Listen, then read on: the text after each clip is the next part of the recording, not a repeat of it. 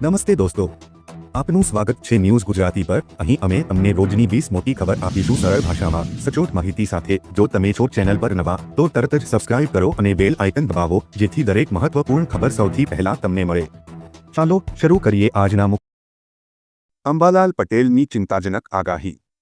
હવામાન નિષ્ણાંત અંબાલાલ પટેલે ગુજરાતમાં કમોસમી વરસાદ માવઠુંને લઈને ચિંતાજનક આગાહી કરી છે।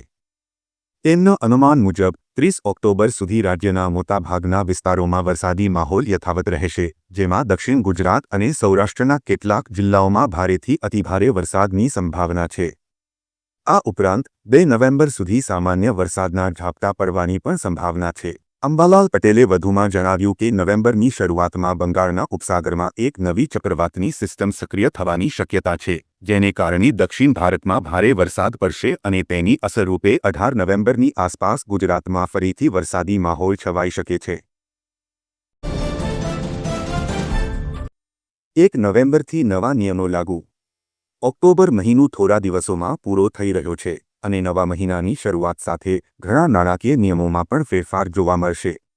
વધુમાં એલપીજીના ભાવ પણ બદલાઈ શકે છે। ચાલો 1 નવેમ્બરથી ભારતમાં શું બદલાવાનું છે તેના પર એક નજર કરીએ, જેની સીધી અસર સામાન્ય લોકોના ખિસ્સા પર પડશે। ગેસ સિલિન્ડરના ભાવ બદલાઈ શકે છે। ઓઇલ કંપનીઓ દર મહિનાની પહેલી તારીખે ગેસ સિલિન્ડરના ભાવ નક્કી કરે છે।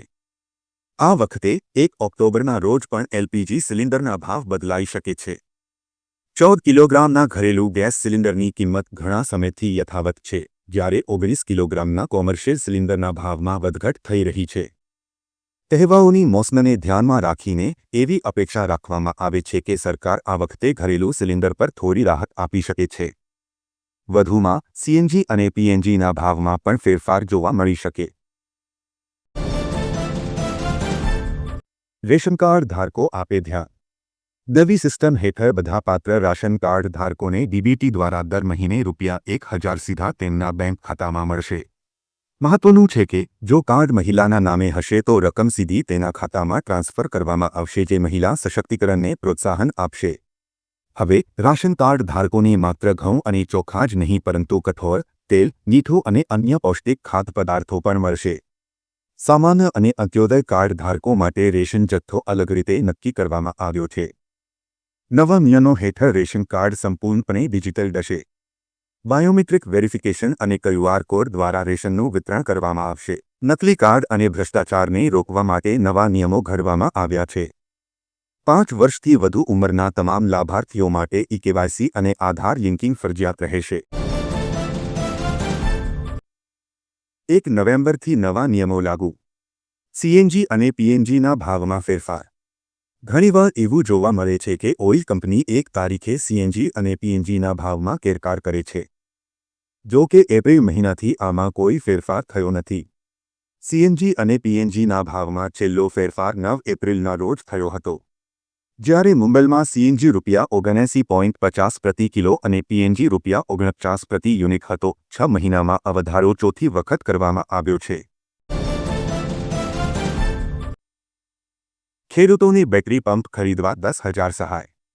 ગુજરાત સરકાર દ્વારા ખેડૂતોના વિકાસ માટે અવનવી યોજનાઓ અમલમાં મૂકવામાં આવે છે, જેમાં ફોર્મ ભરવા માટે મહત્વનો ભાગ આઈ ખેડૂત પોર્ટલ ભજવે છે, જેના અંતર્ગત ખેતીવાડીને લગતી તમામ યોજનાઓનો લાભ મેળવી ખેડૂતોનો સતત વિકાસ હંમેશા વધતો રહે તે માટે ગુજરાત સરકાર દ્વારા અત્યંત પ્રયત્નો કરવામાં આવી રહ્યા છે। યોજનાનો મુખ્ય ઉદ્દેશ્ય ખેડૂતોને પાક સંરક્ષણ, જીવનથી સુરક્ષિત રાખવા માટે જરૂરી દવા છંટકાવના પંપ ખરીદવા માટે આર્થિક સહાય પૂરી પાડવામાં આવી રહી છે। ખેડૂતો માટે ખેતીના પાકમાં અત્યારે સૌથી વધુ નુકસાન પહોંચાડતા કીટકો અને રોગોનું નિયંત્રણ કરવું એ ખેડૂતો માટે બહુ મુશ્કેલ બન્યું છે। ખેડૂતો માટે એક મોટો પડકાર છે। ખુશખબર, કિસાન યોજનાના નિયમોમાં મોટો બદલાવ। હવે જમીન દસ્તાવેજ નહીં હોય તો પણ મળશે લાભ। પીએમ કિસાન યોજના અંગે મહત્વના સમાચાર। સરહદી ખેડૂતોને પણ મળશે યોજનાનો લાભ। જમીન દસ્તાવેજ નહીં હોય તો પણ મળશે પૈસા। રાજ્ય સરકાર ખેડૂત તરીકે સાબિત કરશે તેને મળશે લાભ। કેન્દ્ર સરકારે સરહદી વિસ્તારોમાં રહેતા ખેડૂતો માટે એક નોટી જાહેરાત કરી છે। હવે એવા ખેડૂતો પણ પ્રધાનમંત્રી કિસાન સન્માન નિધિ યોજનાનો લાભ લઈ શકશે। જેમની પાસે જમીનની માલિકીના દસ્તાવેજો નથી, આ નિર્ણય એવા હજારો ખેડૂતો માટે મદદગાર સાબિત થશે જેઓ લાંબા સમયથી ખેતી કરી રહ્યા છે પરંતુ દસ્તાવેજોના અભાવે યોજનાના લાભથી વંચિત હતા. દસ્તાવેજ નહીં હોય તો પણ લાભ. પીએમ કિસાન યોજના. પહેલા કિસાન યોજનાનો લાભ મેળવવા માટે ખેડૂત પાસે જમીનના પાકા કાગળો હોવા ફરજિયાત હતા. સરહદી વિસ્તારોમાં ઘણા એવા ખેડૂતો છે જેઓ પેઢીઓથી ખેતી કરે છે પરંતુ તેમની પાસે જમીનની માલિકીના દસ્તાવેજો નથી. આ જ કારણે તેઓ આ યોજનાનો લાભ લઈ શકતા નહોતા. આ સમયે ખાતામાં આવશે 2000 રૂપિયા. હવે સરકારે આ શરતમાં રાહત આપી છે. કેન્દ્રીય કૃષિ મંત્રી શિવરાજસિંહ ચૌહાણે જાહેરાત કરી છે કે હવે લાભાર્થી સાચે જ ખેડૂત છે તેવું રાજ્ય સરકાર પ્રમાણિત કરશે તો પણ તેની યોજનાનો લાભ મળશે. રાજ્ય સરકારની પુષ્ટિ બાદ કાગળો વગરના ખેડૂતોને પણ સીધા તેમના ખાતામાં પૈસા ટ્રાન્સફર કરી દેવામાં આવશે. પાછોતરા વરસાદથી ચીકુના પાકને વ્યાપક નુકસાન. નવસારીની અમસાડી ચીકુ જીઆઈ ટેગવાળી પર પાછોતરા વરસાદને કારણે ભારે નુકસાન થયું છે. સપ્ટેમ્બર-ઓક્ટોબરમાં વરસાદી માહોલથી ગરમી ન મળતા ફળ નાના રહ્યા, પાણી ભરાવાથી રોગજીવાત વધ્યા, ખરણ પણ થયું હતું. ફ્લાવરિંગ બેસાર સારા હતા પરંતુ વાતાવરણ બદલાતા ઉત્પાદન ઘટ્યું છે.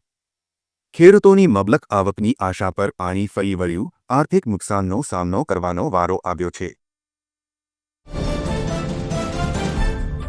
સોનાના ભાવમાં ઘટાડો. વૈશ્વિક બજારમાં સોનાના ભાવ ઘટ્યા છે. છેલ્લા એક સપ્તાહમાં સોનાના દરમાં 12 વર્ષમાં સૌથી મોટો ઘટાડો થયો છે. આંતરરાષ્ટ્રીય બજારમાં એક ઔંસ સોનાનો ભાવ 6.3% ઘટીને આશરે $4000 રૂપિયા 3.34 લાખ રહ્યો છે. આ ઘટાડાનું મુખ્ય કારણ રોકાણકારો દ્વારા પ્રોફિટ બુકિંગ, મજબૂત ડોલર અને યુએસ-ચીન વચ્ચેના વેપાર તણાવમાં ઘટાડો માનવામાં આવે છે.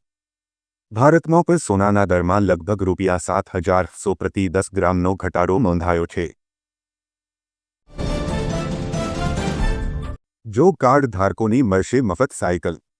જો તમારી પાસે જોબ કાર્ડ છે અને તમે મનરેગાના કામમાં રોકાયેલા છો તો તમારા માટે રોમાંચક સમાચાર છે.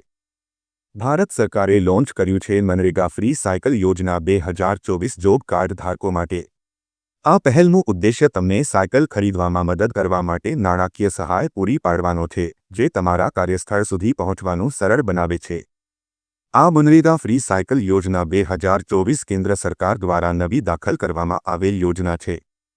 આ યોજના હેઠળ જોબ કાર્ડ ધારકોને સાયકલ ખરીદવા માટે રૂપિયા 3000 થી રૂપિયા 4000 સુધીની નાણાકીય સહાય પૂરી પાડવામાં આવશે. આ સુનિશ્ચિત કરશે કે કામદારો તેમના મનરેગા કાર્યસ્થળો પર સગવડતાપૂર્વક મુસાફરી કરી શકે છે જેથી વિલંબ અને વેતનની ખોટની શક્યતાઓ ઘટશે.